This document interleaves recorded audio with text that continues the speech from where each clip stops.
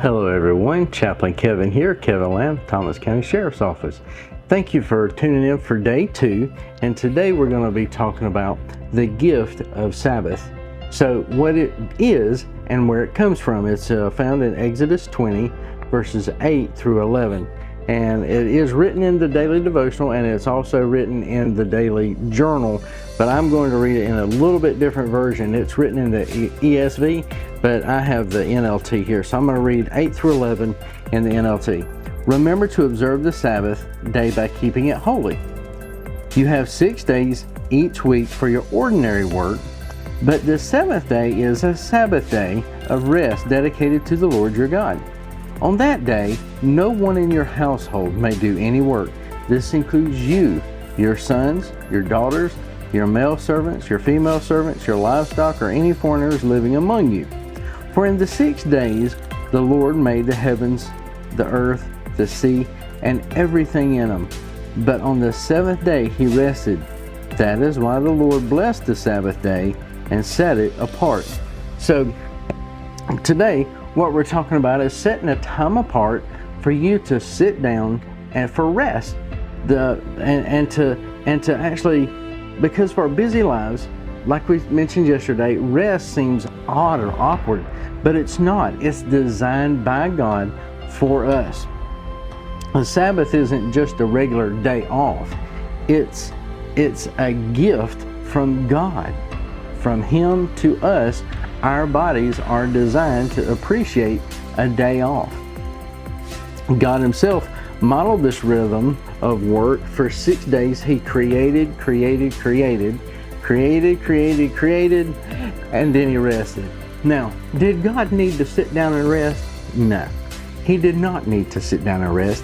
What He did is model for humanity to work those 6 days and stop and take a break on the Sabbath. Make it count. Now, observing the Sabbath also allows us to reconnect with God, our Creator, the one who designed it. So how do we apply what we've learned right here? Consider ways that you're currently observing any kind of rest in your life. Are there ways that you could intentionally set aside time for a Sabbath rest? What could you actively do to set aside practically? If you work on a Saturday or if you work on a Sunday by your shift work and different things like that, God gets that. Don't get quote unquote religious or sanctimonious about it has to be on this day or that. God really cares about the heart way more than the letter of the law. The Spirit is way more important than the letter of the law. So don't lose focus on it being on a Saturday or a Sunday or a particular day, so long as you get one throughout the week. Plan it. It takes intentionality to plan a day of, other scripture says, work to enter my rest. Yeah, planning a day off is actually, sometimes I've been guilty of it. I have actually had to schedule on my daily calendar time to sit down and not be busy. Don't busy my mind, don't busy my fingers, don't busy the scroll factor. Honestly, it's a challenge. It is a challenge. I suppose that's why all the old timers always took naps. That way I don't have to think about it. All right, so engage in worship.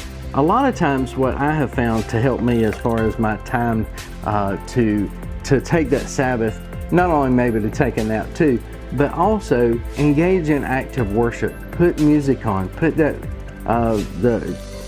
the Christian music, the K-Loves or the Way FMs or whatever you prefer. I enjoy Spotify. I go there all the time, and I'll put on praise and worship, just the instrumental. Not always do I need words, but I can actually pray and talk to God, spend those moments with Him very simply, just with no distraction of extra words in the background, just simply hearing that instrumental. Guys, thanks a million for tuning in today for this quick devotion. If you have any questions, please feel free to reach out. There's all kinds of ways.